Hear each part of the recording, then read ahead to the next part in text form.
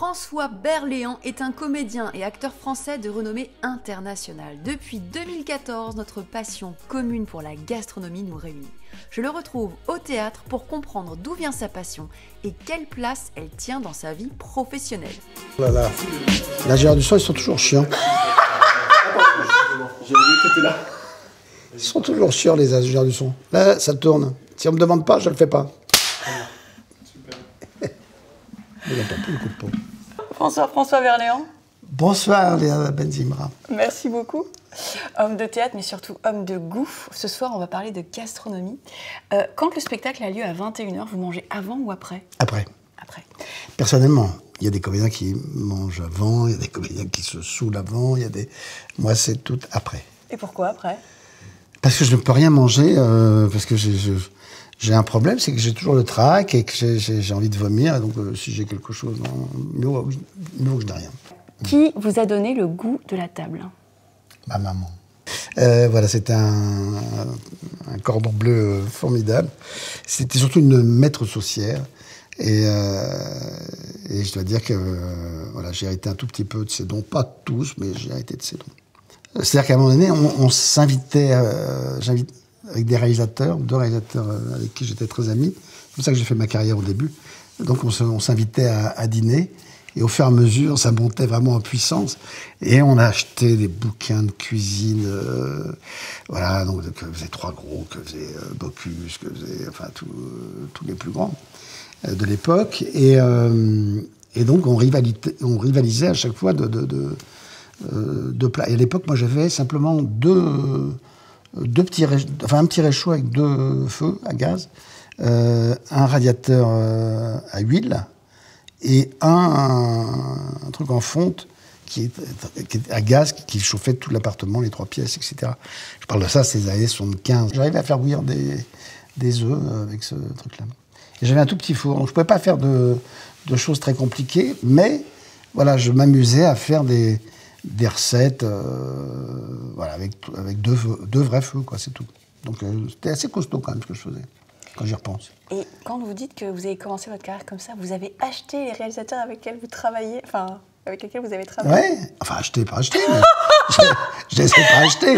Mais disons que, voilà, si j'avais pas ces talents culinaires, je sais pas si j'aurais fait le début de carrière que j'ai fait. Voilà. Ok, d'accord. Et justement, quelle place le restaurant tient dans votre métier?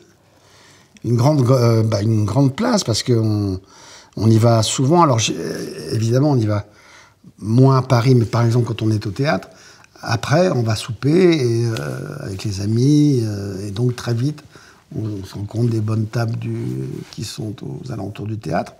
Et puis, on se dit, ben voilà, quel est le meilleur rapport qualité-prix, quelle est la meilleure qualité. Tant pis pour le prix, quelquefois, mais c'est surtout le rapport qualité-prix, parce qu'à un moment donné, bon, c'est quand même cher d'aller au restaurant tous les soirs.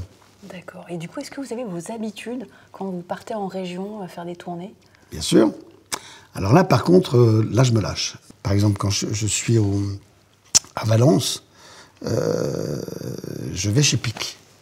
Et donc, en général, j'invite un peu les comédiens, les plus proches, enfin, etc. Parce que souvent, on joue qu'une fois, donc les régisseurs sont obligés de partir et de démonter le décor. Mais sinon, voilà, ça m'est arrivé d'inviter toute l'équipe. Bon, j'ai payé quoi, c'est quand même relativement cher. Mais bon, voilà, on le fait une fois et puis ça fait plaisir à tout le monde. Et on a la chance, en général, en plus de dormir là-bas. Donc, plutôt bien. On est à quelques minutes de la représentation. On va continuer la conversation à table après le spectacle. Où est-ce qu'on va dîner ce soir, François?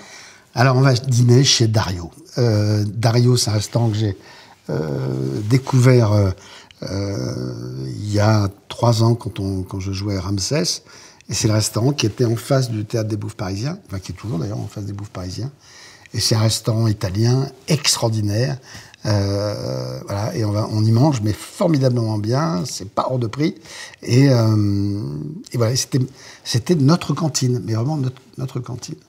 Et Dario est quelqu'un d'excessivement généreux, donc il nous a À chaque fois, pendant la répétition, il nous offrait toujours à boire, il nous offrait toujours même à manger. Il nous faisait de la pizza blanche, il nous faisait des petits trucs de charcuterie. Et dès qu'on les payait, non, c'est comme ça. C'est moi qui vous me faites vivre, c'est normal. Il est toujours bonne humeur, il est formidable. Un homme que j'adore. Okay. Il est très, très généreux, il fait toujours... il a rarement le sourire, sauf le 31 décembre. Je ne sais pas pourquoi, parce que tout le monde sourit, donc il est obligé de sourire, donc on s'embrasse, il est un peu gêné, puis tout à coup, il se lâche. Mais il est formidable.